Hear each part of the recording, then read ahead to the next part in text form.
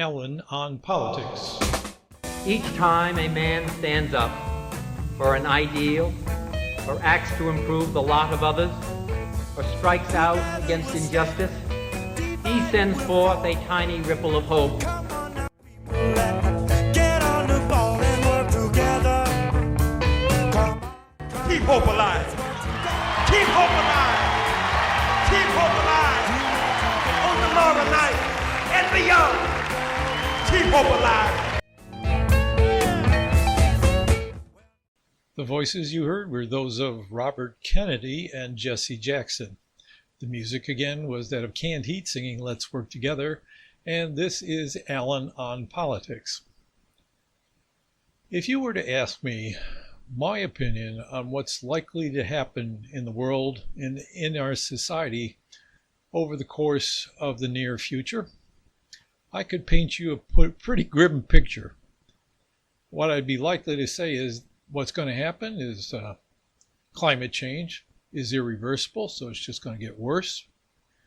That capitalism has been becoming more and more predatory, and that is its nature. It will go on that way.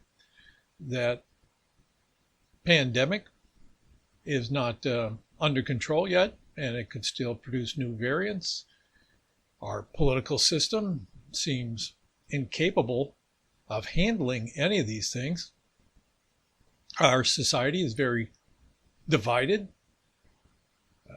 and we have people promoting political candidates, politicians, who seem like they'd be happy to gain power and do away with whatever elements of democracy we have in our political system.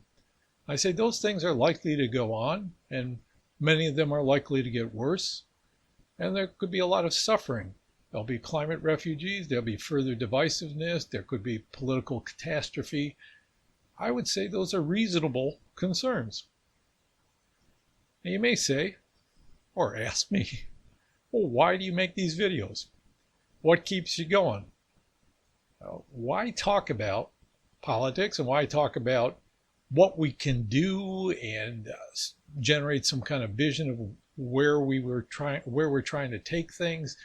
Why do these things if it looks so grim to you? And I would say I do it out of hope. Where does that hope come from?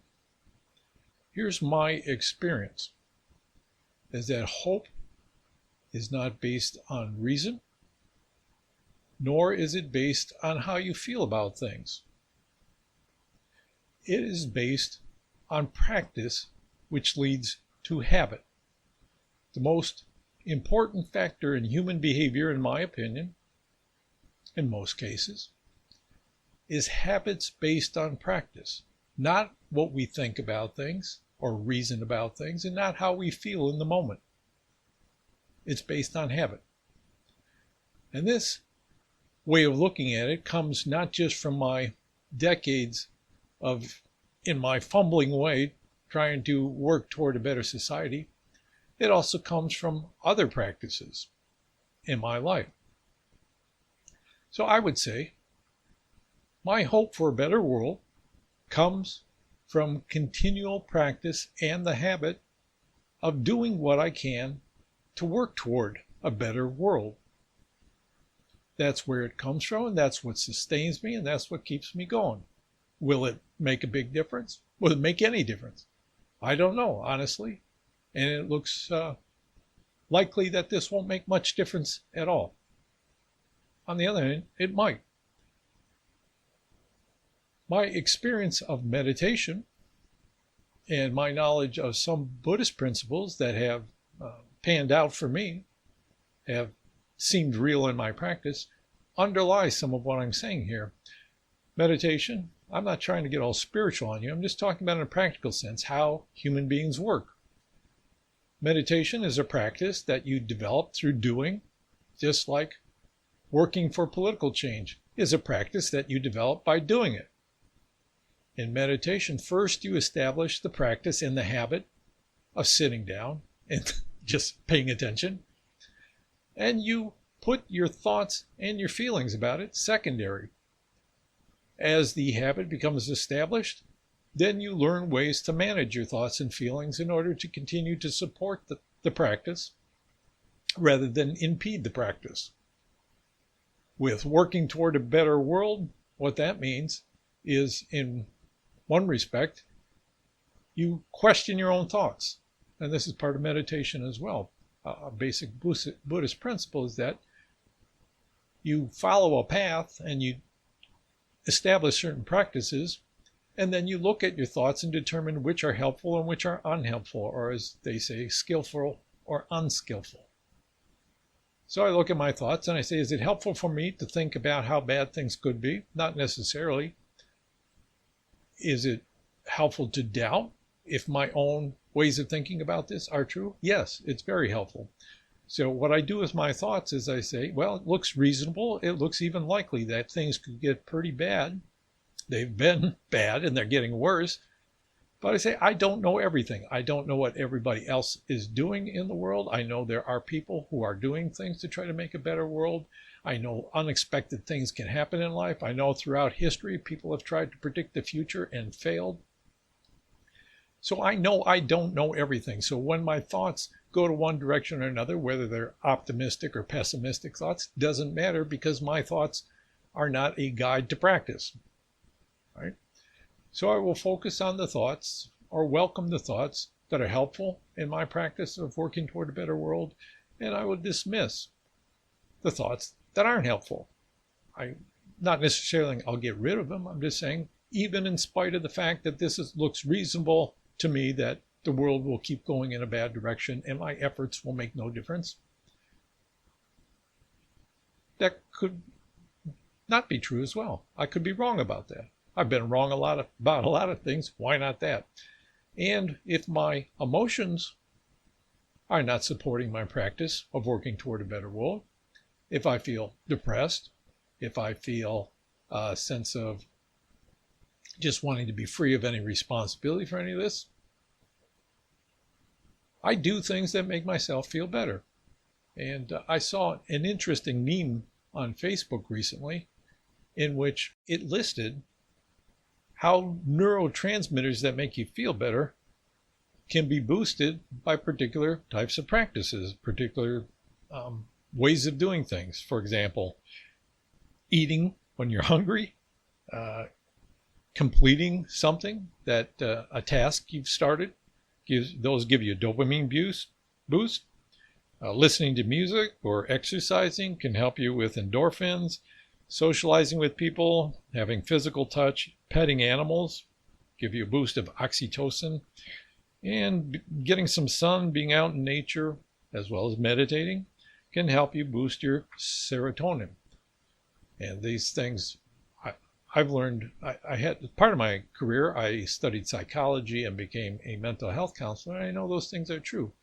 That if you have practices established of taking care of yourself, you can always find ways to counteract bad moods. That doesn't mean they won't come, doesn't mean they won't be difficult to deal with, but it means there are ways you can deal with them when you notice them, and don't make the emotion your reality, that I feel discouraged, therefore nothing is worth doing. Doesn't matter if it's worth doing or not, the practice is do it. So for me, hope is based on the habit of working toward a better world, because only if people are working toward that has it any possibility whatsoever of taking place. As Robert Kennedy was saying in that opening quote, if anytime somebody stands up to do the right thing, or to right an injustice, or to try to build a better world, I'm not quoting him exactly here, that gives a little ripple of hope to other people as well. So we need community, we need mutual support. And this is why I share these videos, because I think maybe something I say can give some support to other people, and the comments you give to me can give some encouragement and support back, right? So that hope is a practice that we can establish, and we can establish a community around that makes it even more likely that our efforts will make some difference. We don't know that it will, but it's a way of life, and we can support each other in that way of life because, if for no other reason, it makes life more worth living, right? So that's what hope is to me. Now, in my last episode, I gave you a few examples from my life of why I have a libertarian socialist perspective, that I saw and practiced that people are capable of organizing and doing things without needing an overarching authority, and the reasons I have suspicions of government power. Today, what I want to go into a little bit is some of the experiences I've had with communities that help encourage me toward acting for a better world. Signs or glimpses that I've seen of a better world coming to birth. Imagine all the people sharing all the world. You may say I'm a dreamer, but I'm not the only one.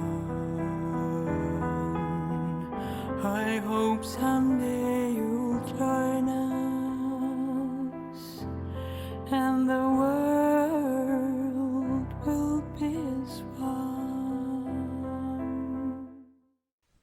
The performer was Arpi Alto, and I think you know the song and the composer.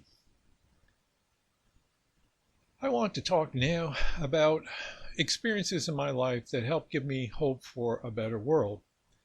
It's a pretty strange capacity that we have to envision a different world and actually think that our efforts can help bring us there. And there's a lot of theories as to why we have this, going back to, the idea that in prehistory we were all equal and et cetera, et cetera. But this is something that's pretty ancient, the idea that we can, as human beings, create a world much better than the one we generally experience. And the one we generally experience, and know from history, is one of violence and oppression and greed and poverty and suffering. I mean, that's not all it is, but those things are there. And to imagine a world without those things is, without having directly experienced them, is kind of strange. In my own life, I know this picture of how people and communities could be different came from hearing the Gospels preached in church each week. I grew up in a Catholic family. We went to church every week, and from the pulpit, the priest would read stories from the Bible about Jesus and the things he did and things he said. That was a very appealing picture to me. If you could apply any modern political label to Jesus as depicted in the Gospels, you'd have to call him an anarchist socialist. As here's a guy who did not give deference to authority, who preached that all human beings were equal in God's sight, and who founded a community that supposedly held all their possessions in common and distributed them on the basis of need. If that isn't anarchist socialism, I don't know what it is. So that appealed to me, but as I got older, of course, you start to question those stories, and especially in the world I lived in, the people who were supposedly the churchgoers, my family included, I didn't see a lot of that stuff Jesus was talking about. Instead of love your enemies, there was talk about, we were bombing the communists because they were bad people. Instead of equality of all human beings, there was a current within the community that was pretty familiar, that people with darker skin were inferior to people with lighter skin. There was, people were interested in gaining possessions, not in sharing equally, and so on and so forth. So the stories in the Bible began to seem unreal to me growing up, and you start to doubt. But then I was of the age that the counterculture was in full swing when I was a teenager. And what I experienced in that, now I was a little bit behind the peak of this because I was a teenager in the mid 1960s to late 1960s. I graduated in 1970, so I missed the peak of this, but you knew it was a philosophy of peace, nonviolence, sharing, and I experienced some of that. My friends and I, we knew that other people who had similar views, that were into cultural ideas and let our hair grow longer and dressed a certain way and all that, we knew that people would share. Of course, they shared drugs, but also people would share a place for you to crash for the night, or a meal with you if they had some food in the house, or clothes sometimes, easy to borrow money, borrow a car, all those kind of things. It was more of a sharing kind of culture. But where I really experienced this for myself, experienced that human beings could be different than you think they are, and that they generally seem to be embedded in our capitalist culture as we are, was when a couple of friends and I took a hitchhiking trip from Detroit, Michigan to California. We went to Los Angeles and then up the coast to San Francisco and then back again. And what we experienced along the way was such generosity from people, and they were not all countercultural type people, not all hippies. A lot of them just seemed like straight middle-aged people who were somehow inspired by these teenagers who wanted the freedom of the road. So it brought out something in them. People not only gave us rides, but there were times people invited me to sleep in their home. We were total strangers, shared food with us, and so on. So this experience of generosity was so different than how people ordinarily behave that it really made a mark on me. And I thought, this whole countercultural thing of peace and equality and sharing and all the rest, people are capable of that. It impressed upon me in that way. Now, people are capable of that, but what about the institutions that force us to act in a different way, that force us to defer to authority, to look out for ourselves, to try to accumulate possessions and hold on to it so that other people don't take it from you? What about institutions? Well, the counterculture was on the wane. There were a lot of problems in it, and you see people's dark side coming out, mostly drug addiction and rip-offs, people stealing from each other, that kind of stuff. But some folks who wanted to keep this kind of culture alive realized the necessity for building new types of institutions. And they went off and did various things. Some of them, as I did a few years into my 20s, went into a quest for, inner exploration and meditation and that, but a lot of them founded communities, some based on religious principles, some not. And I saw in action a commune and studied and read about communes and founded a housing cooperative for students myself when I returned to college. This is about 10 years after I originally quit college, so I had a lot of time to see how the world worked. But I could see these institutions where people were actually trying to live out the practices that they believed in, and sharing with each other, having things in common, helping each other, and sharing love with each other. Not just sexual love, but just, multiple people having this kind of intimate conversations and living conditions and the rest. So I could see that institutions for how we lived or how we worked together were possible as well. New institutions, different institutions.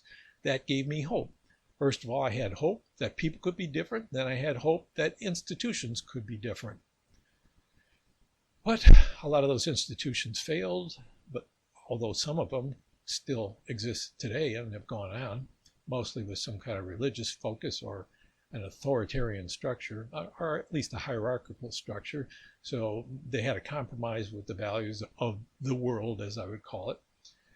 And I began to realize that intentional communities were not enough. The environment, the larger environment they existed within, put pressures on them, especially pressures to have money in order to be able to meet all their needs successfully. And I began to look at, the larger society, how do we change that? Is it possible to change the larger society into a different direction? And of course, I haven't seen that happen, although I've seen small changes, of course, over the course of my life.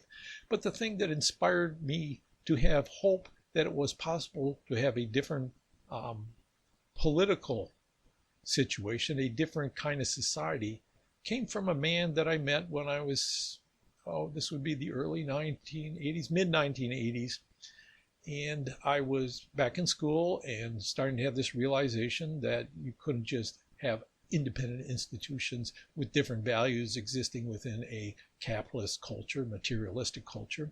You needed to somehow change the larger society. And this was a man about a generation older than me. His name was John Mccartney. He's no longer with us. He was a pacifist and a socialist. The first socialist I met that was a cheerful socialist, because the ones that I was aware of before that were mostly Marxists distributing the daily worker and coming on like a cult, people with glassy eyes and insisting that you had to accept their way. But he was a socialist, and he seemed like a reasonable, normal person, as I'm sure a lot of socialists are. I'm hopeful because I am too. So John Mccartney, I saw him give a talk at a public event where people were invited to come up and speak about things they wanted to see change. And he talked about replacing the military with nonviolent defense strategy. This was a totally new concept to me. Of course, I was aware of nonviolence and Martin Luther King and Gandhi and all that. But he was taking it a step further to apply these principles not to movements for change, but to envision a society in which violence was no longer necessary. He based this on research. A guy named Gene Sharp wrote a number of books. I still have some of them on my shelf, where he cataloged the different forms of nonviolent resistance and like strikes and demonstrations and all that, and formulated the idea that we could replace military defense with training people for nonviolent defense. That is, if an enemy tried to occupy our country, we would already be trained in the means of resistance, not violent resistance, but simply refusing to cooperate with them, refusing to go to work, refusing to obey their orders, refusing just to accept them as any kind of authority. And I thought, wow, this is very different. I was very concerned at the time, like a lot of people with leftish instincts were, with the Reagan's administration's boosting of our nuclear weapons, a new generation of nuclear weapons. I went to demonstrations and wrote my congressman about that kind of stuff. But this idea that you could have a world in which we didn't even need weapons was kind of mind-blowing. And here was a guy who was working toward that cheerfully, seemed reasonable. He was a sociology professor. He was a stable person. He wasn't, a wild-eyed visionary. He took practical steps to try to realize this, created a foundation, did educational things. And even though he wasn't getting very far, because of course this is a hard idea to push in our world, the military-industrial complex is not only well established, but has occupied people's minds with the idea that we have to have these kind of horrible weapons of destruction to defend our freedom. I guess I'm not sure how that works, but that's what people generally believe. I was inspired by him. He was kind of a mentor to me, even though he seemed like his ideas were beyond the fringe. The fact that he was willing to get up and push for things that he thought were possible was important. Gave me an idea of a different political world that could be. So in those three stories, what I wanted to convey is that it was experiences of how people could be different, of how institutions could be different, and then how we could work towards a world that we could envision as very different than the one we are in is possible. We could work toward it. We didn't know if we could get there, but there were signs of a new world being born if you look for them. And that also helps buttress my hope. So it enabled me to start a practice of continual working for a better world, and has inspired me to follow in the footsteps of John and do what I can to envision something very different and try to move toward it. Whatever it takes, I say whatever it takes. We will face it to the end, never lose the light. Yeah, sun will shine again. Pull your hope for it will send a message to the world. Let us stand strong and rise. Oh, oh, oh, oh, oh, oh, oh, oh, oh, oh,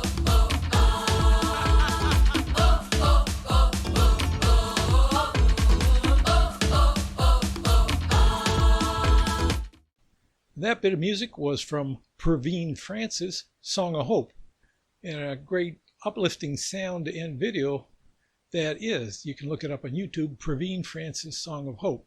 Summing up for today, my own hope for a better world is not based so much on my reasoning that this is possible or my feelings of, positivity or pessimism.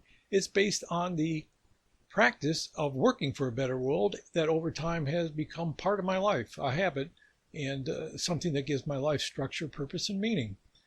The direction of my efforts in working toward a better world are based on values that we all seem to share in some level, at least many of us do, because I've seen in that hitchhiking trip how people seem to want to be free of the normal social constraints and act in a more egalitarian, generous fashion, showing solidarity to strangers.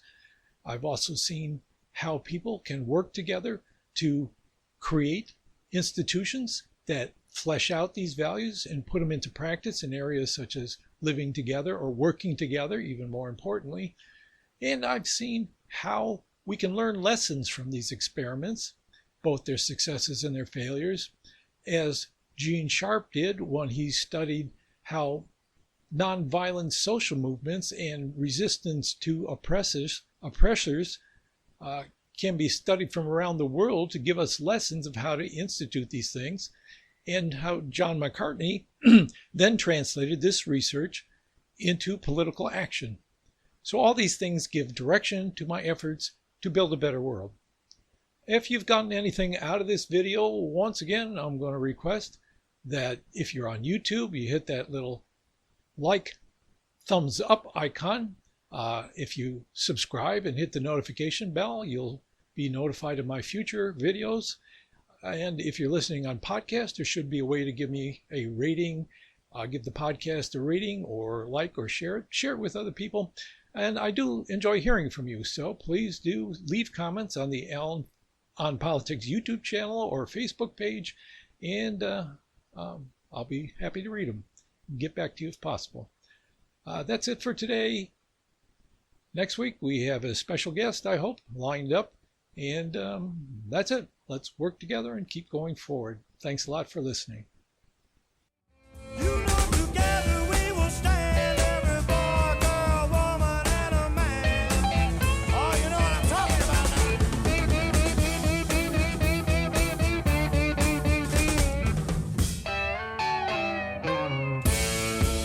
Oh, let's work together.